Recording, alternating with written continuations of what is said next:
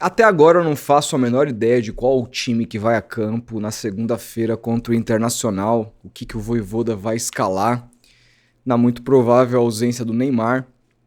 Muita gente preocupada, inclusive, com a continuidade do Neymar no campeonato. Eu não tenho informação também sobre isso e no momento certo a gente vai falar a respeito. Mas para essa partida contra o Internacional, a princípio ele não joga, não treinou ontem. Eu tô gravando esse vídeo aqui cedo, no domingo. Provavelmente, no momento que você estiver vendo esse vídeo, eu estarei curtindo o show do Oasis no Morumbi. Mas, e até lá, pode ser que nesse ato surja alguma informação relacionada ao time, ao próprio Neymar. Então, só para situar vocês, que no momento que eu tô gravando, não há nenhuma informação nesse sentido, pelo menos confiável. Então, eu resolvi gravar um vídeo para falar sobre o que eu faria se fosse o Vojvoda para essa partida. Não antes de você colaborar com esse canal, se inscrever nesse canal. Tem muita gente que assiste aos vídeos aqui e não se inscreve. As visualizações esse mês bateram todos os recordes. Mais de 1 milhão de visualizações no mês. Mas assim, cadê os 40 mil inscritos aí? Será que eu consigo bater até o final desse ano? Depende de você se inscrever, de você deixar seu like, de você hypar. Eu não sei se eu sou o cara que melhor comenta sobre Santos, mas com certeza eu sou o que menos tem rabo preso por aí. Junto com alguns que eu sou absolutamente admirador. E vocês sabem quem são porque eu cito eles aqui sempre nesse canal. Então se você quer uma opinião isenta, esse é o seu lugar. Se inscreva porque tem vídeo aqui todo dia. Vamos lá. O Santos vai a campo contra o Internacional na segunda-feira, 9 da noite. Você já sabe que live pós-jogo é aqui. A maior live pós-jogo do Santos é aqui e tem sido muito legal, independentemente dos resultados, poder compartilhar do sentimento pós-jogo junto com vocês. É o que eu mais gosto de fazer nesse canal, eu confesso. Não tem corte, tudo muito ao vivo, falado na adrenalina, estilo rádio e vamos que vamos. Lendo comentários positivos, negativos, vendo a participação de vocês e vamos embora. Estarei aqui assim que a bola parar de rolar, segunda-feira, portanto, por volta das 11 da noite, 11 e pouquinho. E não se sabe qual é o time que o Vojvoda vai levar a campo por enquanto. O que se imagina é que o Luan Pérez volte à equipe uma vez que Zé Ivaldo está suspenso.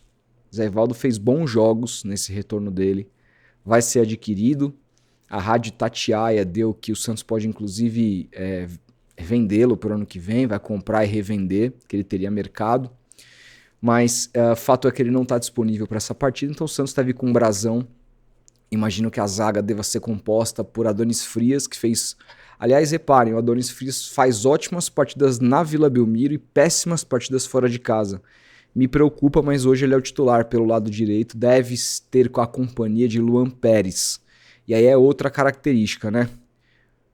O Luan Pérez também tem muito boa saída de jogo, ele é canhoto, diferente do Zé Ivaldo, mas quem vinha saindo mais pro jogo era o Zé Ivaldo do que o Adonis. O Adonis tem sido um zagueiro mais conservador nesse caso, embora avance muitas vezes.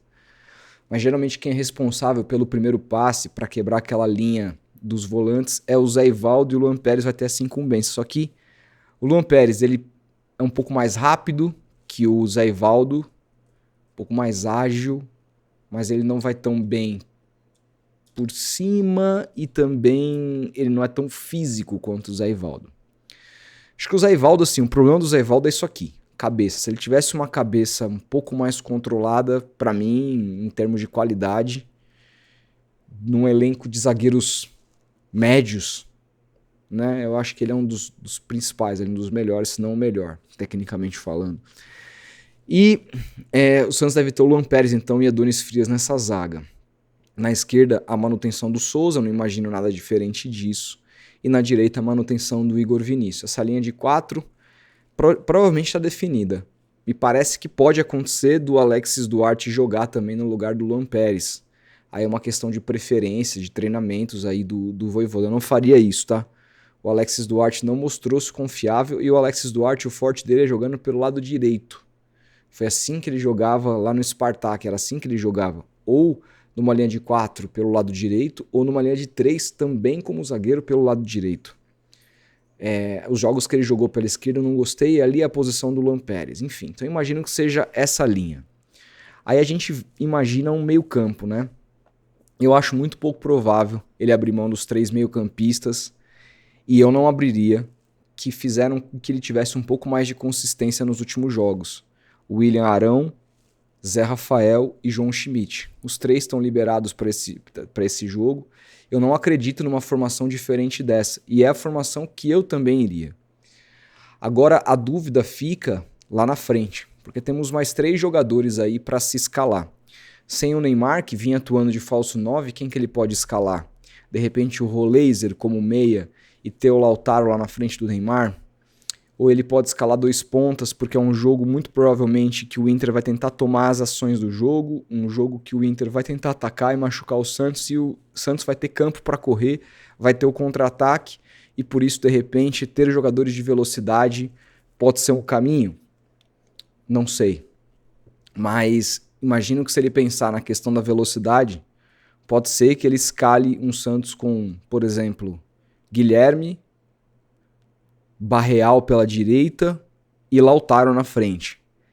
Se eu pudesse apostar com a cabeça do Vojvoda, eu acho que é o que ele vai fazer. Mas eu não faria isso. Acho que o Santos tem qualidade nesse meio campo para trabalhar com bola, mesmo no campo do Internacional, que está numa má fase. E aí o Santos vai precisar de criatividade para colocar os jogadores na cara do gol, vai enfrentar em vários momentos do jogo o Inter com um bloco médio-baixo. E jogadores como Lautaro, Guilherme e o próprio Barreal não têm condições de fazer um passe diferente, deixar ninguém na cara do gol. São jogadores... O Barreal até tem um chute de média distância bom, mas Guilherme e Lautaro, jogadores de contra-ataque e que nem no contra-ataque são tão bons assim. Embora tenham velocidade, mas não tem confiança, não tem qualidade técnica para contra-atacar bem. Depende muito da leitura de jogo que o Vojvoda estiver imaginando, mas eu, para esse jogo, escalaria Robinho pela direita, Roleiser lá na frente, mais de falso, assim, um meia na ponta de um losango, com esses 3 homens por trás. E na esquerda, eu escalaria uma coisa que não vai acontecer nunca, Matheus Xavier. O ponto esquerdo da base é o que eu faria. Surpreenderia. Esse rapaz sequer deve ser relacionado. Então, dentro do que você tem à disposição no elenco, realmente essa posição de ponto esquerdo fica difícil. Uma coisa que pode ser feita é o Barreal ser escalado por ali. O problema do Barreal quando ele joga pelo lado esquerdo, ele tende a buscar a linha de fundo. E quando ele tende a buscar a linha de fundo, a jogada é cruzar na área, e geralmente pelo alto. E o Santos não tem centroavante. O Santos não pode contar com o Tiquinho Soares, o Santos não pode contar com o Lautaro, que mesmo sendo centroavante não é um cabeceador. O Santos não pode contar com esses jogadores. Então, de duas uma. Ou você escala o Barreal por esse lado esquerdo e conta com a entrada da área, com a surpresa de William Arão, Schmidt e o próprio Zé Rafael, que são bons cabeceadores para pegar essa bola de frente, ou vai ficar difícil. Para isso você vai precisar de coragem para jogar. Dentro desse elenco que o Vojvoda tem, esquecendo os meninos da base, Matheus Xavier, por exemplo, que eu acho que não vai nem ser relacionado, tenho quase certeza disso, eu escalaria o Santos com Barreal pela esquerda, Robinho pela direita e o Roleiser ali de falso 9. Por que o Roleiser de falso 9? Porque no momento de posse de bola, ele teria ali qualidade para poder lançar tanto o Barreal como o Robinho. E o Roleiser ali na frente de falso 9 com 3 meias por trás, o Santos não perde o meio campo em nenhum momento, que para mim vai ser a chave do jogo. Claro, vai faltar presença de área. O Santos não vai ter presença de área, embora o Roleiser possa entrar dentro da área, ele é bom finalizador, o próprio Barreal é bom finalizador, o Robinho parece ser um bom finalizador, mas quem que nós temos de opção hoje para ser presença de área? A gente vai escalar o Tiquinho? Vai escalar... Não tem o que fazer. Vai escalar o próprio Lautaro? Não tem o que fazer. Então o meu time para esse jogo, na ausência do Neymar, seria Gabriel Brazão, Igor Vinícius, Adonis Frias, Luan Pérez e Souza. Zé Rafael, William Arão, João Schmidt, Roleiser, Barreal pela esquerda e Robinho pela direita. Temos ainda algumas outras opções, por exemplo. Se você quiser um time um pouco mais conservador, você pode tirar o Barreal e colocar, de repente, o Bom Tempo, caindo pela esquerda, porém mais como meia. Eu não gosto do Bom Tempo nessa posição, mas você torna o meio campo um pouco mais, né? E aí você pode até tirar o Robinho e colocar o Barreal pela direita, você torna o meio campo um pouco mais forte. Mas aí é ter muito medo, do adversário. Para o segundo tempo você vai ter algumas armas. O Lautaro é um jogador que, como ele tem uma questão física muito forte, é o ponto alto dele, e ele entra geralmente numa rotação muito alta, ele vira uma peça interessante para os 30 minutos finais de jogo, até pensando se você precisar de um pouco mais de presença na área. Você pode abrir mão, dependendo do resultado, de um meio-campista, quem estiver mais cansado, o Zé Rafael, o João Schmidt, não abriria a mão do William Arão nem a pau, a não ser que tivesse cartão e perigando ser expulso. Mas fora isso, não abriria a mão do William Arão, para mim, que ele deu uma consistência defensiva para o Santos muito maior do que o Santos tinha sem ele, jogando centralizado ali na frente da zaga. Foi um reforçaço esse do Santos para 2025 e quiçá 2026, se o Santos não cair. Porque se cair, vai ter que reformular todo o elenco e salários altos não vão poder ser pagos, senão o Santos vai afundar ainda mais. Vai ter que vender muita gente. Mas se ficar, eu acho um ótimo reforço para a sequência de 25, 26. E então, assim, dá para fazer isso. Você ter o Lautaro no banco, uma boa peça para entrar. Você ter o Bom Tempo no banco, uma boa peça para entrar, uma vez que você tem, por exemplo, você tá ganhando o jogo. Porque se você estiver perdendo, você pode abrir mão do Zé Rafael e colocar o Lautaro. Mas se você estiver ganhando o jogo 1-0 pro Santos, Zé Rafael cansou, bota o Bom Tempo. O Schmidt cansou, bota o menino lá, o ex-Flamengo, o Vitor Hugo. Entendeu? Reforça o meio campo com jogadores de qualidade que tem bom passe, bom controle de jogo. O Santos tem isso no banco. Na ponta esquerda o Barreal tá completamente esfacelado. O Santos tá ganhando o jogo. Você vai ter campo para correr no contra-ataque. Aí, de repente, o Guilherme vale. O que não dá para colocar o Guilherme é se o Santos estiver perdendo o jogo e um jogador que não tem 1 contra 1. Aí você fala, não, vou colocar o Guilherme para ele resolver. Mas se o Santos estiver ganhando, ele tendo campo para correr, pode ser uma boa alternativa. Então, é isso que eu faria. Esse seria o meu time para enfrentar o Internacional na segunda-feira sem Neymar. Acho que é um jogo que pode surpreender, o Santos pode surpreender, mas vai depender muito da capacidade de finalização desse time. Uma coisa que não tem acontecido tanto desde que o Vojvoda chegou, vocês podem ver que os números do Guilherme despencaram. O Guilherme era artilheiro do time, em dado momento ele era artilheiro do time no campeonato, ele foi ultrapassado pelo Barreal. Se você for ver, por exemplo, Santos e Vitória, fora de casa, o Santos faz um gol de cabeça com o Guilherme, que aparece como um centroavante. Se você vê Santos e Cruzeiro, ele faz gols, ele dá uma assistência como quase um meio-campista para o Cabaleiro, que faz o gol, o segundo gol. E o primeiro gol dele, ele aparece como ponta esquerda, mas entrando dentro da área para finalizar a passe do Cabaleiro. O gol dele contra o Fortaleza também é dentro da área, numa posição mais de decisão.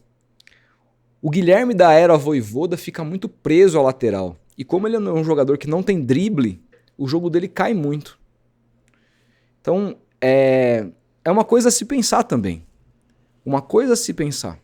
Não acho que o Guilherme seja a salvação para os problemas do Santos, porque tecnicamente ele está mal e está sem confiança. Mas também numa eventualidade, por que não testar o Guilherme de 9? Se você testa o Lautaro de ponta, se você testa Tiquinho, por que você não pode testar o Guilherme lá na frente? Ele tem um bom cabeceio, ele fez vários gols de cabeça na Série B ano passado. Tem boa finalização. Né? Não é ele perde muitos gols, é verdade, mas ele tem um chute firme, tem um chute forte, com as 2 pernas. Então, é um teste também que eu faria, tentar deixar o Guilherme um pouco mais próximo. De novo, na era Vojvoda ele ficou muito longe do gol. Acho que isso não deve mudar. O Vojvoda tem as convicções dele. Mas acho que o trabalho do Vojvoda piorou o Guilherme. Embora eles já tivessem trabalhado juntos e o Guilherme tenha vivido a melhor fase da carreira junto ao Vojvoda no Fortaleza naquela Copa Sul-Americana, onde, se não me engano, foi artilheiro e finalista da competição, perdendo os pênaltis. Então, vamos ver o que vai acontecer. Mas o Santos tem armas para fazer um bom jogo, um jogo competitivo e se aproveitar dos erros do Internacional para cravar, mas depende muito da capacidade de finalização dessa equipe. Por isso que eu falo, esses 3 jogadores na frente, Robinho, Roleiser e Barreal, 3 canhotos, que se a bola cair na perna esquerda deles, são jogadores perigosos, que podem finalizar bem. Mas também há a possibilidade de você jogar com o Guilherme um pouco mais próximo do gol. O problema é que eu acho que isso não vai acontecer. De novo, acho que a escalação do Vojvoda vai ser essa do meio campo para trás que eu falei, mas lá na frente deve ter o Barreal na direita, deve ter o Lautaro centralizado e deve ter o senhor Guilherme pela esquerda. Não imagino o Roleiser, não imagino o Robinho sendo titulares para esse jogo. Posso ser surpreendido. Vamos esperar. Fato é que o sistema vai ser esse. Não imagino também ele fazendo um sistema de 3 zagueiros, a não ser em condições no jogo que de repente o Arão possa se tornar um terceiro zagueiro, esporadicamente para abrir espaço para as alas, ele entenda que o jogo é nas costas dos laterais, aí ele libera o Souza e o Igor Vinícius. Mas se você se você fizer esse tipo de jogo, você vai ter que ter um centroavante na área. Então aí pode ser que faça ainda mais sentido o Lautaro. Enfim, vamos ver o que o Vojvoda prepara. Eu quero saber o time que você montaria para essa partida. Comente aí. A gente vai se falando. Grande abraço e até o próximo vídeo.